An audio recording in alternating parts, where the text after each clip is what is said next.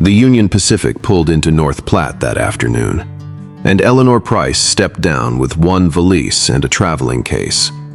Edwin Marsh was waiting exactly where his letter said he'd be, hat in hand, a man who'd clearly rehearsed the moment on the walk over. "Miss Price, Mr. Marsh." They shook hands, strange after 5 months of ink and paper, and he took her valise before she could stop him. Already talking about the boarding house, and how much easier things would be once she didn't have to worry about taking in alterations anymore. Eleanor noted that last part the way she'd note a loose stitch. Not urgent, but not nothing. The mismatch came out plainly the next afternoon when Edwin mentioned, easily like a settled fact, that his wage meant a wife needn't take in work of her own. "I didn't think marriage meant giving up my trade," Eleanor said. "I thought that was rather the point of it. I thought the opposite was the point." Neither had lied in a letter. They'd simply attached two meanings to the same plain words. His home was entirely her sphere. Hers left room for the work already hers. The gap held. On the morning of June 1st, she told him plainly she couldn't marry him. "Seems I did more telling than asking in those letters," he admitted. He didn't beg, didn't demand the fare back. Just nodded, the way a man nods at weather he can't argue with, and let her go. She set aside what she needed to go home that same day. Her own money, family in Iowa. Tired, but not stranded. She'd crossed paths, briefly, with a cowhand named Wesley Grant those first days in town. He didn't know her circumstances. He only knew enough to notice her, and to feel that the idea of her leaving sat wrong in his chest. That afternoon, she stood on the platform with her valise, the fare home in her bag, body angled toward the eastbound track. Wesley reached the platform at nearly the same moment, having heard she was actually going. Ranch work had taught him one rule above all. If something important is about to slip away, you act. "She's mine," he said. The words were out before he'd measured them, and in the same instant his hand closed, lightly, reflexively, around her gloved wrist. Eleanor turned on him so fast the valise nearly left her hand. "En? I beg your pardon?" He released her before she'd even finished the question, his own fingers falling away like they'd touched something hot. Whatever certainty had carried him onto that platform emptied out of him all at once, replaced by the plain, sinking understanding that he'd just said a sentence, and made a gesture that presumed an answer she had never once given him. A few travelers nearby had turned to look. Eleanor didn't spare them a glance, keeping her eyes on Wesley, waiting to see what he'd do with the silence he'd just made for both of them. He didn't try to explain it into something smaller. He just stood there, hat still in one hand, having learned in 3 seconds exactly how much a claim costs when nobody's granted you the right to make it. "You don't know me," Eleanor said, quieter now but no less firm. "Not well enough to say a thing like that." "No, ma'am, I don't." That was all. He stepped back, giving her the width of the platform again, and let her decide what came next without his hand anywhere near her arm. The anger took a little while to settle, riding with her all the way back toward the boarding house steps she hadn't yet paid for. When it did settle, Eleanor found herself facing a second, quieter question that had nothing to do with the cowboy at all. Did a failed marriage mean she had to abandon the West altogether? Tonight, simply because the plan hadn't worked, she decided it didn't. Not for him, for herself. She took a room at Ruth Pembroke's boarding house. Ordinary weekly terms, cash on the barrel, nothing owed to anyone. Ruth was a widow with a dry manner and a no-nonsense way of naming her rate. And she didn't ask why a woman traveling alone kept enough money set aside to leave again whenever she chose. Eleanor liked her for that before she liked much else about the town. Her return fare stayed untouched, folded separate from the money she meant to live on. "I'll give the town 6 weeks," she told herself, out loud once, alone in that rented room. "Then I'll decide." Within a few days, she'd found her own way into work. No miracle, no dramatic proving of herself, just references shown, a short conversation. And Agnes Tully looking over her neat hand, finishing with the flat, practical eye of a woman who'd hired plenty of seamstresses in her time. Agnes ran her thumb once along a seam Eleanor had brought as a sample, said nothing for a moment, then named a wage and a start day. Temporary work, the ordinary kind, wages for hours, nothing more sentimental than that. Wesley found his own way to apologize not long after. No flowers, no speech performed for an audience. He came to the shop door on a Thursday, waited until Eleanor had a free moment, and turned his hat once in his hands before he managed to say, plainly, that he'd said something he had no right to say.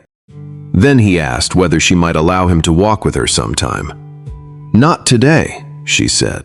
He nodded and left it there. No argument, no wounded look designed to change her mind, no lingering by the door to see if she'd reconsider.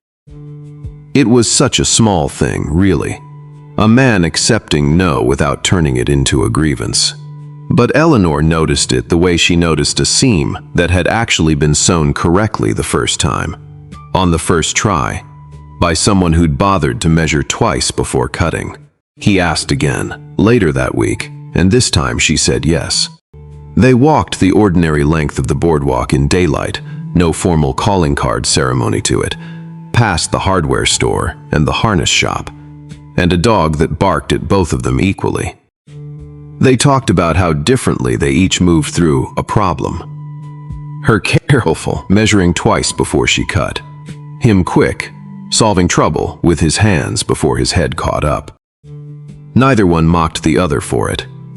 He remembered without her repeating it, a small detail she'd mentioned days before about a customer's difficult order, and asked how it had turned out. It was such a small thing to remember. It was, if anything, the first real evidence that the very habits which had collided so badly on that platform might, given room, complement each other instead. You always decide things that fast?" she asked him once, as they turned back toward the shop.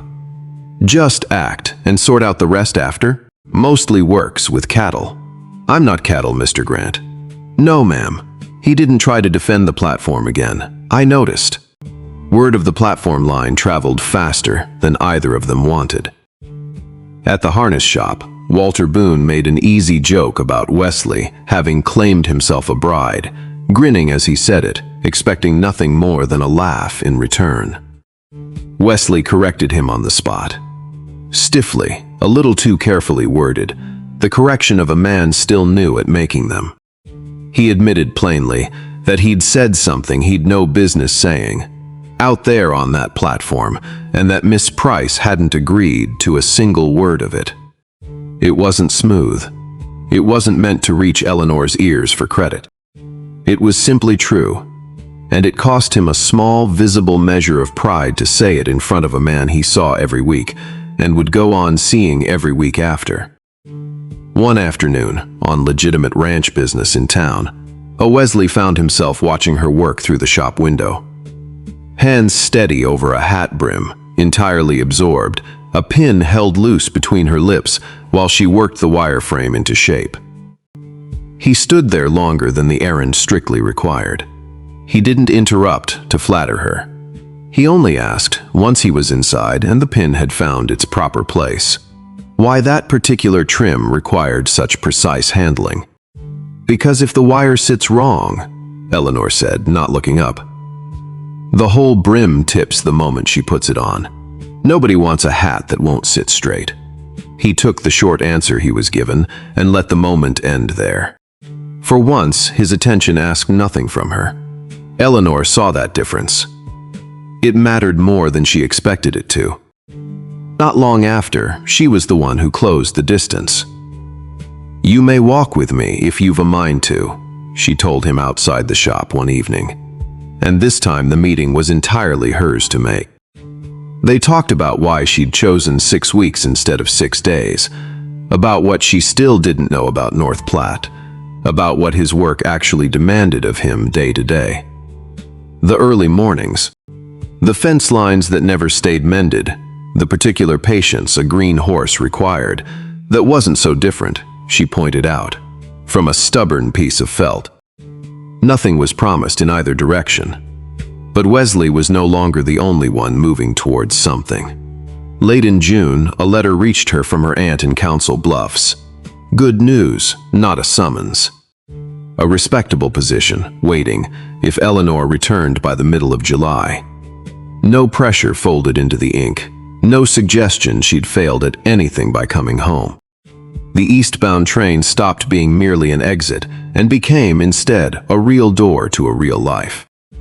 At the shop, Agnes had her own practical reason to ask whether Eleanor meant to stay past mid-July. Orders to plan, fittings to schedule, a business that couldn't run on maybes forever. Eleanor admitted honestly that she didn't know yet. Agnes only offered one line back, plain as thread, not looking up from the hat she was blocking over the wooden form.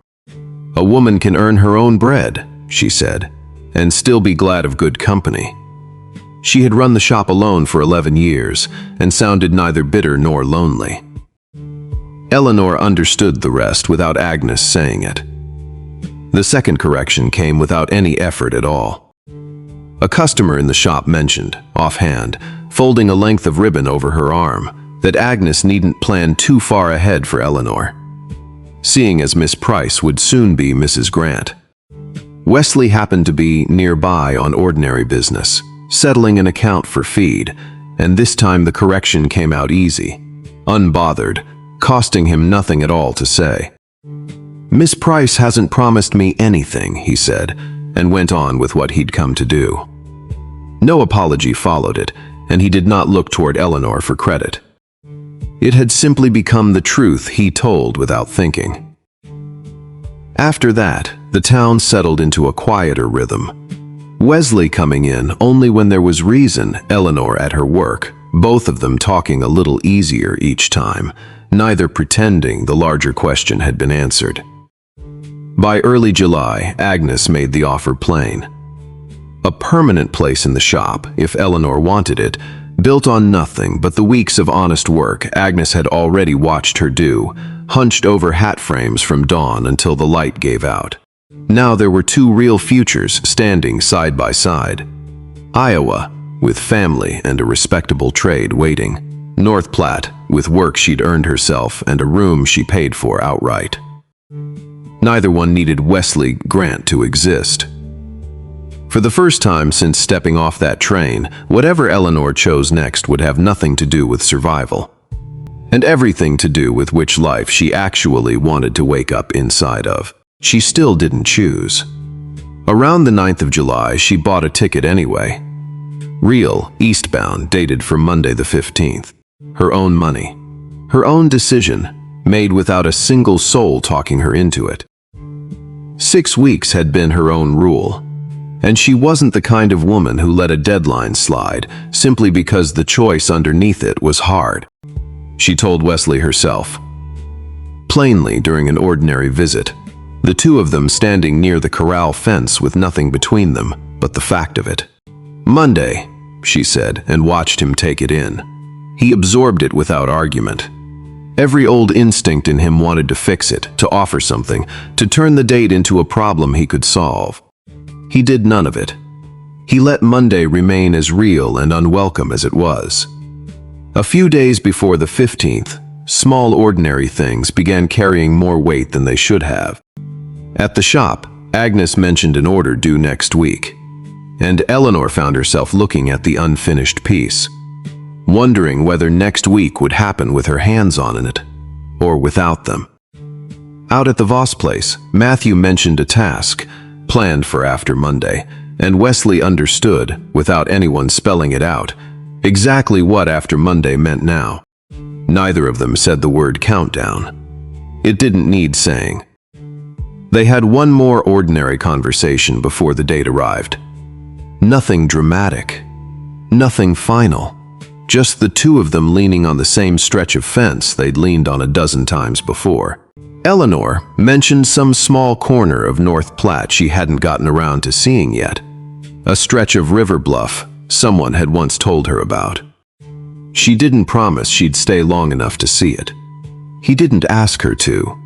They simply let the sentence sit there, unfinished, the way most true things are.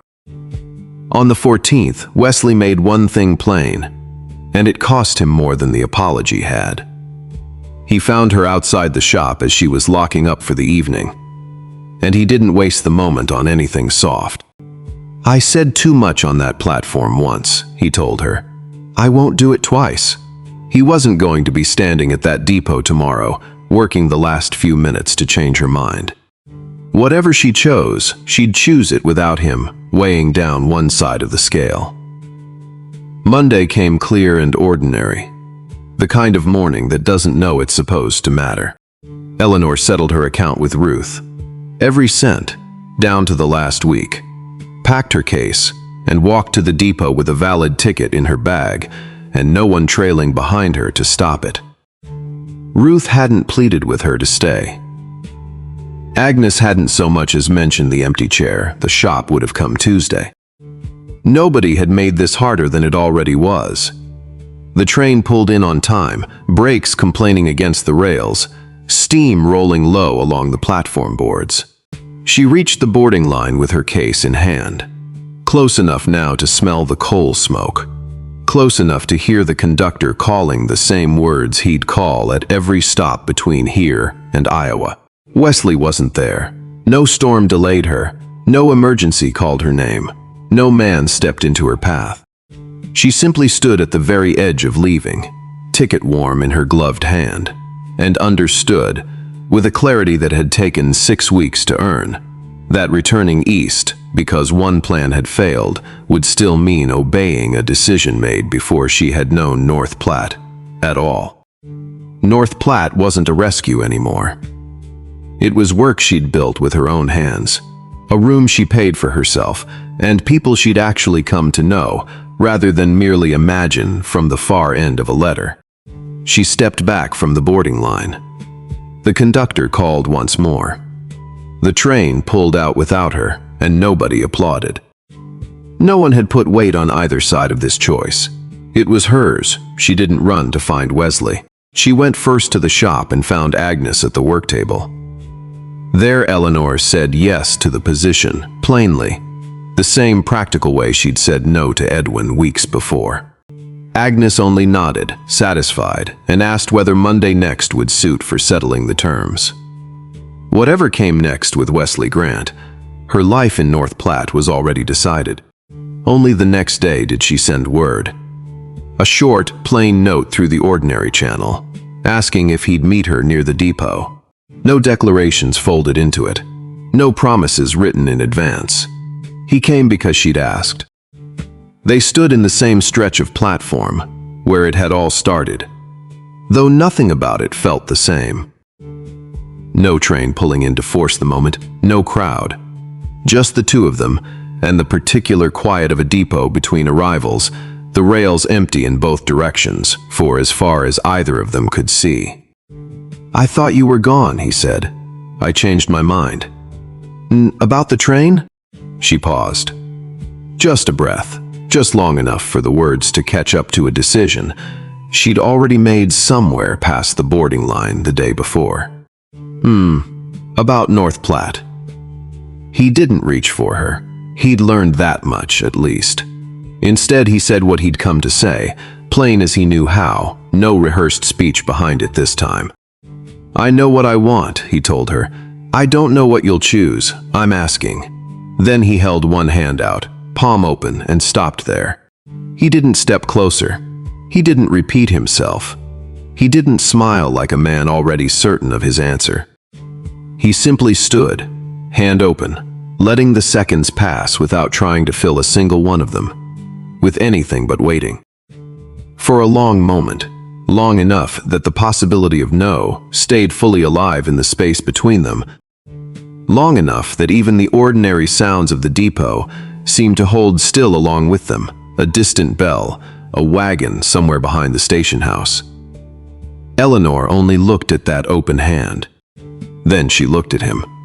The same hand that had once closed around her wrist before she'd said a single word now waited, empty and unclaimed, for her to decide what it would hold. She stepped forward and placed her hand into his. He didn't seize it, he simply received it, the way a man receives something he's finally learned not to take. They married quietly that autumn, with no town gathered to watch and no one left to convince. Just Ruth in her good dress, and Agnes closing the shop early for the occasion, and Matthew Voss standing a little stiffly in a collar he clearly wasn't accustomed to. Eleanor kept her place at Agnes's shop, her name still on the order book, her hands still doing the work that had once nearly cost her a husband and had, in the end, helped her choose a truer one. Word reached them, once, that Edwin Marsh had begun keeping company with a woman whose idea of a settled life matched his own considerably better than Eleanor's ever could have. Nobody thought less of him for it. He simply hadn't been wrong about what he wanted. He'd only been wrong for her. As for the hand Wesley Grant had once closed around a stranger's wrist on a crowded platform, it became, in time, simply the hand she reached for at the end of an ordinary day, across a kitchen table or a fence rail or the space between two horses. Not because he'd claimed it, because, in the end, she was the one who chose to give it. If you've ever had to choose between the plan you were promised and the life you actually found, I hope Eleanor and Wesley reminded you that changing your mind isn't the same as failing. Have you ever had to decide what you truly wanted once nobody was deciding it for you anymore? I'd love to hear about it below. If this one stayed with you, give it a like and subscribe for more stories like it. Thank you for spending this time with two people who learned the difference between a claim and a choice.